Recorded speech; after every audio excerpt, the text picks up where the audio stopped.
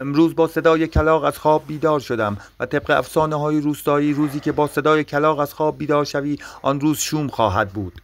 در این حالت ما در شرایطی خاص باید به یک خاطره خوب فکر کنیم و از ته دل بخندیم تا آن روز برای ما خوشیوم شود. خاطره‌ای که الان من به آن فکر کردم این بود: هر وقت به شهر میروم و خرید میکنم و باز میگردم، دوستانم در شهر میگویند محمد خرید کرد و رفت به ده. این بار برخلاف قبل فلاکس من چایی دارد، ولی مشکل آنجاست که چایدان من پر است و چون فاصله دشوری تا خانه در روستا حداقل 1 ربع راه است، مجنونید اگر فکر کنید که او در وسط راه نخواهد رید.